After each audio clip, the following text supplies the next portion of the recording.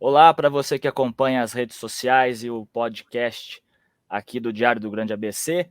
Eu sou Heitor Mazocco, editor de Sete Cidades, e hoje eu vou entrevistar o candidato ao Senado pela Itália, pelo Partito Democrático, o nosso Andrea Matarazzo, que todo mundo aqui já conhece na Grande São Paulo. São Paulo, os paulistas, já foi ministro, já foi embaixador em Roma durante o governo do Fernando Henrique Cardoso, já foi subprefeito da Sé São Paulo, secretário estadual aqui também no nosso estado. Então, eu agradeço a participação, André Matarazzo, candidato lá no Senado pela Itália. Um prazer tê-lo aqui mais uma vez. Heitor, muito obrigado pelo convite. Para mim que é um prazer estar no Diário do Grande ABC, conversando com você e com todo o pessoal, com os leitores do Diário do Grande ABC, onde um período eu trabalhei aí, onde hoje até um condomínio, se não me engano, chama Anima, onde era a Matarazzo Têxtil, na Via Anchieta. Sim, perfeito. Candidato, eu já vou começar a falar com o senhor sobre a pesquisa que saiu hoje no Corriere della Sera, né, que é o principal jornal que nós temos na Itália.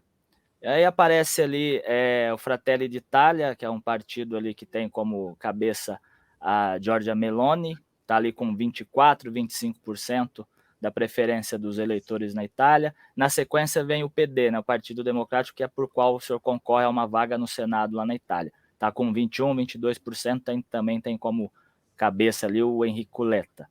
Bom, eu quero saber primeiro, até porque para quem ainda não conhece a Meloni, dizem todo dia praticamente, até hoje no Corriere della Sera eu vi uma reportagem falando que ela dizendo, se eu fosse fascista eu diria, porque todo dia sim, ela é chamada de fascista, tem algumas propostas dela com relação aos imigrantes também, principalmente, que são considerados ali de extrema direita, né? Então eu queria primeiro a tua avaliação sobre a pessoa, sobre a candidata Giorgia Meloni. Ela de fato é um risco para a política italiana, para a Europa, para o mundo em si? Eu acho que todo extremismo não é recomendável, né, em lugar nenhum, e principalmente numa eleição, vamos dizer, que nós vamos fazer aqui. Você não pode pensar em apoiar partidos que são contra imigrantes. Todos nós, italianos que estamos aqui no Brasil, descendemos de imigrantes, da grande imigração que o Brasil recebeu em outros tempos. Então, seria um contrassenso e até um paradoxo. Eu acho que a coisa mais grave no caso da extrema-direita italiana é a questão não só dos imigrantes, mas a questão também do anti-europeísmo, né? Esse ceticismo com relação à participação da Itália na União Europeia, o que, para mim, acho também uma coisa no mundo moderno, contemporâneo. Nós queremos uma Itália forte, mas na União Europeia, com uma União Europeia forte, que isso é conveniente para todos os italianos, principalmente os italianos que estão fora da Itália, que têm acesso, né, às oportunidades e acesso à União Europeia como um todo, sendo a Itália um país, nosso país de origem, de quem nós nos orgulhamos muito, a nossa porta de entrada. Agora, nós tivemos aí recentemente as eleições municipais em algumas cidades ali da Itália, e aí a gente viu muitos partidos de esquerda vencendo ali, principal, por exemplo, ali na região de Milão, que é sempre conhecida por ter partidos à direita ali, mas nós tivemos mais a vitória, por exemplo, em Monza, foi o partido de esquerda, né? Que inclusive é o reduto ali do Silvio Berlusconi. Agora, a esquerda a gente percebe muito, não só na Itália, mas outros países, entra um partido de esquerda, aí não consegue, digamos, avançar, entra um de direita, avança um pouco, entra um de centro, avança um pouco, então fica essas ondas. Isso. O senhor acha que essa onda hoje na Itália ela vai caminhar de fato para a direita? Eu acho que lá, hoje, a Europa passa por esse momento. Você vê que estão muito. As duas coligações estão caminhando bastante paritárias, o que traz, o que eu acho que é uma coisa interessante, que acaba trazendo no parlamento um bom nível de debate e um equilíbrio bem delicado, que exige, claro, do governo, do primeiro-ministro, muita habilidade para que ele consiga se manter no cargo. De maneira geral, você vê que tem funcionado isso daí. Você não tem uma prevalência da esquerda, porque ela é obrigada a fazer muita concessão, a ceder, e nunca tem prevalência também da direita. A direita, quando eu fui embaixador, o primeiro-ministro era o Silvio Berlusconi, né? Foi o segundo mandato dele, o mandato longo que ele teve. Mas você percebia que ele andava lá em cima do fio da faca, porque você tem um equilíbrio dentro do parlamento que, se escorregar, provavelmente o primeiro-ministro é deposto. Então, há um equilíbrio interessante, que, a meu ver, acho extremamente interessante, porque acabam prevalecendo as teses que conseguem aceitação de ambos os lados.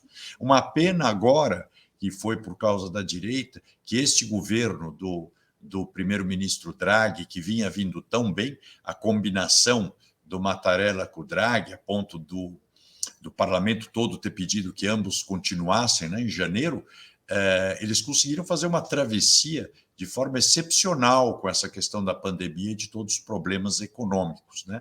Mas é aquela coisa, foram 3 anos, agora tem que começar e tem que buscar o equilíbrio e o diálogo. O parlamentarismo exige um diálogo permanente. Agora, o senhor também citou aí a questão da Meloni falar sobre sair da União Europeia, porque é uma coisa que, digamos, um nacionalismo que vai surgindo de novo, assim, em pleno século XXI, enquanto a União Europeia está forte, né, já há algumas décadas. Isso, do ponto de vista do território europeu, né? Nós temos ali uma invasão da Rússia à Ucrânia. Nós temos muitos imigrantes chegando praticamente, não todo dia, mas sempre, saindo ali do norte da África, tentando entrar na Itália. Inclusive, ela citou que ia fechar a fronteira marítima ali, né, da Itália, caso vencesse. O senhor acha que esse tipo de proposta pode acabar deixando a Itália, mesmo que ela não vença, mas deixar a Itália um pouco excluída dentro Não, da não Europa? acho, porque, no fundo, você percebe que são mais bravatas do que qualquer outra coisa. Já em 2000 quando eu estava na embaixada, você já tinha esse problema da imigração, e era o governo do Berlusconi que falava isso todo dia, e os barcos continuavam chegando. Então, eu, pessoalmente, acho que nem tanto ao mar, nem tanto à terra. Você tem que estar lá para poder avaliar isso melhor, mas você tem que discutir essa questão da imigração. Agora, obviamente, tem que fazer uma discussão bem feita, e imigração com controle, não é uma fronteira aberta para qualquer coisa. Por exemplo, nessa época que eu estava lá, você tinha um problema grave de crime organizado, utilizando as facilidades da imigração, né? Então, o que eu acho é o seguinte: você não pode impedir imigrantes de entrar, você tem que fazer esse debate, é um problema no mundo, e você tem que encontrar a fórmula consensual. O que eu insisto, eu acho importante você manter a identidade dos países, né? Sem dúvida nenhuma, que eu falo, uma Itália forte dentro da União Europeia. Eu tive a oportunidade, Heitor, de quando estava lá, de ter visto, junto com o presidente Ciampi, até conversei para ele, falei, puxa, a sensação de nós assistirmos foi quando assinaram a União Europeia, o nascimento de uma nova grande nação, quando no dia seguinte tudo estava em euro, não estava mais nas velhas liras, etc. Então, foi uma coisa muito emocionante e muito importante. Você sentia a dimensão e a importância que tinha aquilo na evolução econômica e social do mundo, né? Porque você tem essa movimentação de população mesmo. Você vê o seguinte: todos nós, imigrantes, voltando ao nosso começo, descendentes de imigrantes, meus antepassados não vieram para o Brasil buscando qualidade de vida, tá certo? Eles tiveram que sair da Itália, porque a Itália estava em frangalhos, passando fome. E assim como 95% dos imigrantes que vieram para o Brasil no final do século XIX, no começo do século XX. Você imagina você se deslocar 12 mil quilômetros, numa época que os navios ainda não tinha nem a vapor, né? O vapor chegou no finzinho do século XIX, muitos ainda em veleiros, né?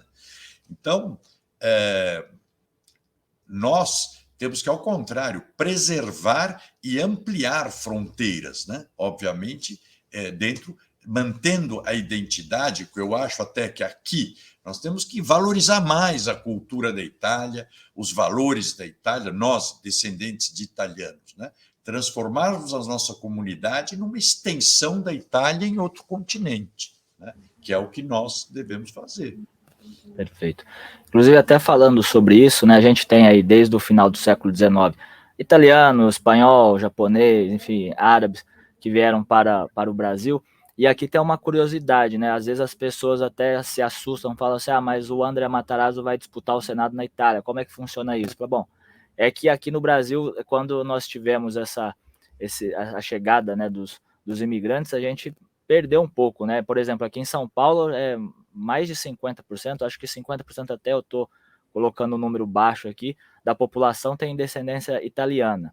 Seria o Claro. caso de todo mundo aqui no estado de São Paulo saber falar português e italiano, por exemplo. E não é uma coisa, digamos assim, boba, é uma coisa cultural, e a gente perdeu isso, né? Perdeu, e acho que é uma das coisas interessantes que você falou e importantes, porque eu acho um dos projetos que eu tenho a acompanhar mais de perto, ver, porque a Itália tem um financiamento para ensino da língua italiana nas escolas públicas. Da gente ver aonde está indo esse dinheiro, como está sendo aplicado, porque nós, como originários daqui, podemos saber se são entidades sérias, boas, etc., que estão fazendo isso. Até imagino que sejam, mas tentar ampliar, porque a língua é um fator fundamental de você ter acesso a tudo aquilo que a Itália pode nos oferecer. E você falou uma coisa interessante, você sabe que o meu bisavô, quando ele veio de Sorocaba para São Paulo, eles vieram para a cidade de São Paulo em 1900. Tem uma carta dele que diz que ele estava mudando para São Paulo, uma cidade que tinha cerca de 120 mil pessoas,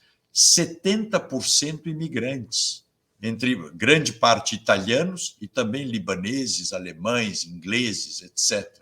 Então, o Estado de São Paulo foi feito pelos imigrantes e nós temos que recuperar, como eu falo, nós somos cidadãos italianos por sangue, portanto, nós temos direitos na Itália, mas nós temos obrigações também. Uma delas é votar, é muito importante, e por isso que eu estou disputando essa eleição no Senado, para fazer valer e mostrar na Itália a potência que existe aqui na América do Sul, da própria Itália. Isso é uma parte da Itália fora da Itália, e que tem deveres, sem dúvida nenhuma, mas também a Itália tem obrigações conosco, e nós pretendemos exercê-las, recebê-las, né? Receber os direitos. Como eu disse, nossos antepassados não vieram para cá em busca de mares e de terras bonitas, vieram porque precisaram vir e precisaram construir, reconstruir suas vidas. Perfeito. Inclusive, uma das tuas propostas também é tentar fazer esse intercâmbio de estudantes, né, italianos vindo para o Brasil, brasileiros indo para a Brasileiros Itália. para lá, Inclusive, são coisas que facilitar. às vezes não acontecem, que já poderiam acontecer até mesmo por causa da burocracia, né?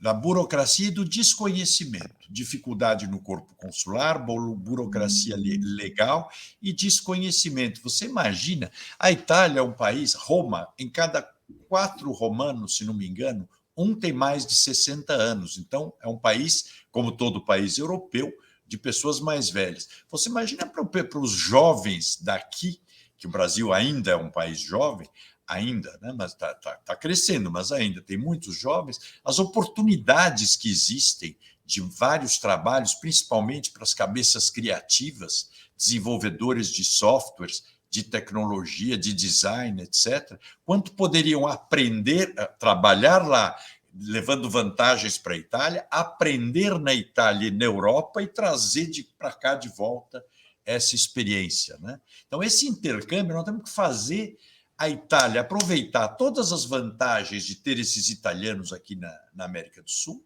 e que esses italianos da América do Sul tenham essa oportunidade também de levar para lá tudo o que aprenderam e aprender mais para trazer de volta para o Brasil. Você sabe, eu sei que me alongo porque vou lembrando coisas que me encantam. Uma das coisas que me deixou muito emocionado quando eu fui apresentar as credenciais de embaixador para o presidente Trump, eu fiquei pensando, olha que coisa bacana, que a minha família emigrou para o Brasil 4 gerações atrás, pelas dificuldades que passava na Itália, eu, a 4ª geração, Estou voltando à Itália representando o país que nos acolheu. É o máximo isso, né? Até era um ano muito especial da imigração. Nesse ano que eu fui para lá, e a minha família lá é um dos símbolos da imigração bem-sucedida, dos italianos bem-sucedidos, né, na imigração. Então, todos esses laços, e eu já vi que você é ligado nisso, laços culturais, né, e afetivos, eles são muito importantes. E é uma pena nós que temos esse patrimônio aqui cultural desperdiçarmos isso, né? Sim. A gente vai passando geração para geração, inclusive muito por culpa também dos governos, né? A gente sabe que, por exemplo, na época da Segunda Guerra Mundial era proibido falar italiano nas ruas de São Paulo, proibido Nossa, falar mudaram o alemão, nome, né? o Palmeiras nome, o teve que nome. chamar Palmeiras, Colégio Dante Alighieri mudou de nome na época. A família Romi, que tinha a empresa Romi, mudou para Imor, porque tinha medo de ser identificada com o italiano. Você imagina? E até mesmo, né, por causa disso vai também. Hoje a gente fala, mas perdemos culturalmente, mas também a gente fica pensando, né? Nós não estávamos lá, mas o medo também que as pessoas imaginam ter que, por exemplo, ter que voltar para a Itália no meio da Segunda Guerra Mundial com praticamente todas as cidades destruídas, né? Ou voltar para o Japão, para a É. Alemanha, enfim, e aí infelizmente a gente vai perdendo Então, essa nós falamos cultura. no começo da questão da imigração. Você imagina os japoneses que chegaram aqui? Os japoneses vieram para cá não é porque achavam bacana falar português, vieram para cá porque tiraram eles do Japão. O Japão estava com muita gente, tinha que sair. Vieram para cá e, de repente, por causa da Segunda Guerra, como eles estavam do outro lado, proibiram os japoneses de ficarem a menos de 100 quilômetros do litoral, ou seja, empurraram a comunidade japonesa toda para o interior de São Paulo, que para nós até acabou, gerações depois, sendo a agricultura que nós temos em São Paulo, devemos muito a essa tecnologia japonesa, né? Mas você vê essas ligações afetivas. O meu bisavô André e o irmão dele, Francesco, em 1914 já eram provavelmente bastante ricos aqui no Brasil. Provavelmente não, já eram, estavam muito bem sucedidos aqui. Os dois voltaram para a Itália para defender a Itália durante a Primeira Guerra Mundial.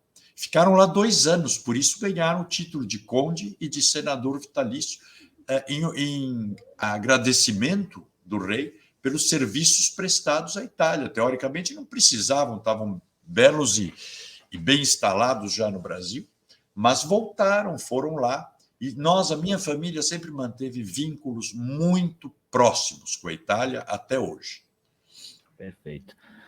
Candidato, agora a gente vamos mudar um pouco, até só para finalizar também para o telespectador aqui do Diário também entender. Nós temos muitos aqui descendentes de italianos no Brasil, mas também número alto na Argentina, na Venezuela. São talvez ali São Paulo, Buenos Aires e Caracas sejam as 3 cidades ali da América do Sul com mais italianos, né? Isso. Então, que a gente recebeu bastante. Agora, vamos falar um pouquinho também, daqui a pouco a gente já encerra, e só também para avisar o pessoal que nos acompanha que a eleição na Itália vai até o dia 18 de setembro, né? Podem votar até 18 de setembro, começa no domingo, agora dia 21.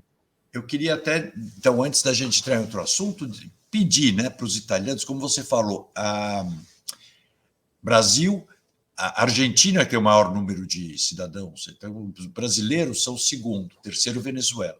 E dizer que é muito importante votar, muito importante. Porque, como disse, a Itália ela tem as obrigações conosco, mas nós temos obrigações com o nosso país. E a cidadania italiana não é muito mais do que o passaporte. É uma coisa cultural, uma coisa das nossas origens. E votar significa a gente ter um representante lá para fazer valer os nossos direitos. Então, é preciso votar. A partir do dia 8 de setembro, quem tem cidadania italiana vai começar a receber os votos em casa, as cédulas. Recebe a cédula, uma para votar deputado, outro para votar senador. E aí você tem que votar, obviamente peço que vote senador Matarazzo, PD, que é o partido, e o deputado Porta, PD, tem que votar, coloca no envelope as duas cédulas, no envelope que já vem selado, e lá você deposita numa caixa de correio. É muito importante fazer esse processo. Assim que chegar, vota. Né? Vota e deposita, que já vem selado o envelope, põe dentro do envelope e devolve no correio. A última eleição, só 30% das pessoas votaram, por isso que acabam cortando as vagas, acham que para nós isso não é importante. Tem que votar. E é bom também para a gente, pelo menos, saber o que está acontecendo na Itália, e não apenas com interesse de ir para a Itália, não, mas pelo menos para entender qual a relação Brasil-Itália, o que acontece hoje em termos de empresas que podem vir da Itália para cá e serem instaladas Isso. aqui, brasileiros também que podem ir para lá instalar suas empresas, economicamente falando, educação, enfim, várias Tudo. situações que... E pelo menos um ítalo brasileiro, por exemplo, pode pressionar também o governo, o município, enfim, para a partir do momento que sabe, por um representante que está lá, do que está acontecendo na cidade, na comune, enfim, em todo o país. Agora, pode falar. A começar, por exemplo, os serviços consulares, que nós temos que fazer uma alteração de lei para que deem mais estrutura para os consulados em países como nossos, que tem tantos descendentes de italianos, porque é um desastre para você conseguir a sua cidadania, ou depois, então, para você renovar o seu passaporte. Por quê? Não é culpa do cônsul. A média lei... está em 10 anos ainda ou não? Mas por quê? Por Porque a aí. estrutura do consulado é muito pequena, mas isso tem que mudar a lei lá. Não adianta a gente brigar com o cônsul aqui. Temos que mudar a lei para dar mais flexibilidade para os consulados atenderem esse enorme contingente de descendentes de italianos que existem aqui. Perfeito. Candidato, agora, entrando na reta final aqui, vamos falar um pouquinho também da eleição no Brasil. A gente tem aí hoje o Lula e o Bolsonaro, né? Como que o senhor avalia os dois candidatos, porque estão, pelas pesquisas, lideram, né? Lula pode voltar, Bolsonaro pode ser reeleito, enfim, praticamente a gente tem aí a Simone Tebet, o Ciro Gomes, que vem ali bem atrás nas pesquisas, né? Estão com menos de 10%. Como é que o senhor avalia essa eleição presidencial aqui no Brasil? Olha, eu avalio, para mim, o que me dá muita tristeza é que a gente vê, eu já falei isso outro dia até num dos grandes jornais, é que a gente está vendo essa discussão dos dois líderes de pesquisa, tudo menos o programa de governo. Você não vê discussão sobre o Brasil. É que eu falo uma coisa impressionante, o país com tantos problemas, avançando em algumas soluções, enfim, o país anda. Mas cadê a discussão sobre o país? Qual é o programa de governo dos candidatos? Né? Eu acho isso muito negativo, porque depois ver o que faz, né? Porque nos dá a sensação que nós estamos vivendo lá atrás, na década de 80, porque só se fala a questão ideológica e pautas absolutamente fora de moda, antigas, que não tem nada a ver com a realidade dos brasileiros. Eu costumo dizer, Heitor, que é o seguinte: ideologia não enche barriga, não dá para você ficar discutindo essa coisa de direita e esquerda fanaticamente, como está se discutindo, porque ninguém discute. Não, a questão social, pela direita você faria desse jeito, pela esquerda. Não, você nem discute o quê? Fica discutindo coisas que ninguém está interessado. Eu te pergunto, você acha que o cara que está lá hoje, morando, não sei, em Cidade Tiradentes, desempregado, ele está lá preocupado com o que o Karl Marx falava ou com o que o Mussolini dizia? Ele não está nem aí, ele quer a vaga da creche, ele precisa do emprego, ele quer a vaga do hospital quando ele precisar, né? Ele quer saber disso, qual é a aposentadoria que ele terá no futuro. Então, nós somos um país que temos que crescer, temos que olhar para o futuro. Então, o que chateia é que a gente não vê ninguém discutindo o futuro do país. Quem discute alguns programas de governo? Ciro Gomes e Simone Tebet. Mas, como você disse, hoje estão atrás nas pesquisas. Fosse para escolher um apoio, seria entre Ciro e Simone? Eu acho que não sei ainda no primeiro turno. Se você olhar como discursos, você olhar o discurso do Felipe Dávila, tem um discurso interessante, tem propostas muito interessantes. O que eu adoraria ver é, quem sabe, alguns que estão na ponta começando a se apropriar de algumas dessas propostas para ver se implementa. Aí a gente consegue discutir. Por enquanto, vamos esperar, vamos ver o que vai acontecer. Como eu disse, eu antes tenho essa eleição na Itália, que para mim eu acho uma coisa que, vamos dizer, eu atendi a essa solicitação da comunidade, dos meus amigos, etc., para disputar, estou muito focado nisso. Passando essa eleição, eu aí teria um mês para poder decidir a questão no Brasil. Mas claro que eu estou acompanhando, mas como eu te disse, com um negócio que é melancólico, né, de certa forma. E também a gente está acostumado, né, igual eu acabei de fazer, começar a falar sobre a candidatura presidencial, a eleição presidencial para o executivo, mas a gente também pouco discute aqui no Brasil vaga para a Câmara dos Deputados, vaga para o Senado, porque de uma certa maneira, aí na esfera estadual, nas assembleias legislativas, né, que de uma certa maneira quem comanda mesmo o país ali é o legislativo, né? Heitor, olha, você é jornalista político, né? Imagino, porque você falou tudo. Então, nós, neste dilema que nós estamos, o que é vital agora é olhar o parlamento, porque é lá que as coisas acontecem. Se você tem um Congresso bom, e quando eu falo um Congresso bom, se tiver 40 deputados muito bons, eles lideram o Congresso, né? Eles dão o tom. Então, você escolher bem os deputados é um negócio essencial, tanto deputados como senadores. Você vê, agora, voltando para a nossa questão na Itália, né? Na Itália, a eleição se dá em deputados e senadores, porque eles que escolhem o presidente da República, que depois escolherá o primeiro-ministro. Então, eu estou muito empenhado, espero me eleger senador na Itália, até para ter essa experiência desse governo parlamentarista, de ver como é que funciona, porque efetivamente é exatamente o que você falou, é lá que as coisas acontecem. O executivo vai implementar as soluções que o Congresso sugerir. Ou o Congresso aprova ou não sugestões que o executivo sugerir. Tendo o Congresso bom, é meio caminho andado. Até mesmo lá no Congresso, o presidente da Câmara dos Deputados, Arthur Lira, ele começou, né, tem até uma comissão lá na Câmara para discutir o semipresidencialismo, né, ele está tentando Isso. ali mudar. O senhor acha que é válido essa Eu mudança? vou Porque do dizer que jeito eu que está... gosto da tese do presidente Michel Temer, que até o Samuel Moreira tem discutido muito, deputado do PSDB. É interessante que é o semi-parlamentarismo ou semi-presidencialismo, né? Que o presidente da República, eleito, diferente aí da Itália, eleito, ele escolhe um primeiro-ministro que comanda o executivo. Então, ele fica com as questões de Estado, relações externas e outras, e o primeiro-ministro. É uma tese interessante, e essa sim está sendo discutida para ver se amadurece ao longo do tempo ou não. Mas eu acho que isso é importante, discutir soluções novas. Perfeito. Agora falando também em São Paulo, né? A gente vê aí para governador Fernando Haddad, pela pesquisa que saiu aí da Datafolha na quinta-feira, né? Está liderando, né? O PT nunca conquistou o governo de São Paulo, já esteve na prefeitura da capital. E aí nós temos aí desde 95, quando o Covas assumiu, né, o governo de São Paulo pelo PSDB.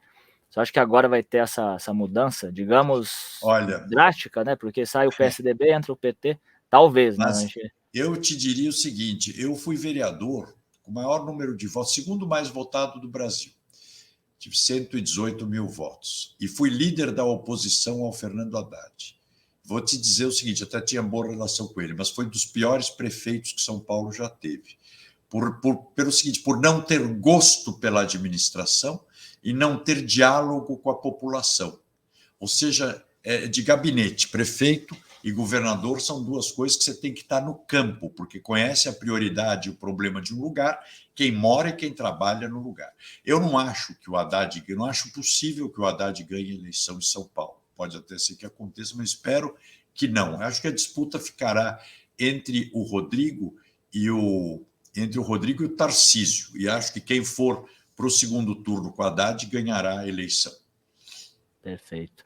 Bom, candidato, eu agradeço a participação do senhor aqui no Diário do Grande ABC, na nossa TV, nas redes sociais, também no podcast. Deixo aí um abraço da equipe dos nossos jornalistas aqui também, agradeço. E quando nós terminarmos aí a eleição na Itália, também o senhor já está convidado para a gente debater, para saber o que aconteceu, porque lá também, igual aqui no Brasil, a gente está A gente, um dia está de uma maneira, no outro dia já está mudando Verdade. as expectativas, né? Então, o senhor está Com o convidado maior também para prazer, voltar viu, aqui. Heitor? Gostei demais do papo e vi que você é super informado sobre o que acontece lá, o que é importante. Aí no ABC tem muita, a comunidade italiana é muito grande, né? Bom, olha o nome do Auríquio, o nome do Serra, né? Do Paulinho Serra, e o Orlando Morando, que é a mulher dele, também italiana. Então, e as comunidades são muito grandes, então eu queria recomendar que votassem, exija vamos cobrar os direitos, vamos falar por lá e para senador votar Andréa Matarazzo, que acho que é um pouco o símbolo também da imigração aqui, que gostaria muito de representar todos vocês na Itália. Muito obrigado, viu, Heitor? E parabéns ao Diário Grande ABC pelo trabalho todo que tem feito ao longo dos anos. Obrigado. Até mais. Tchau, tchau. Um E para você abraço. que acompanha também as redes sociais, fica aqui o convite para as próximas entrevistas, sempre nas redes sociais e também no podcast do Diário. E também você acesse www.dgabc.com.br com notícias do Grande ABC, das 7 cidades, nacional e também internacional. Um abraço, até mais.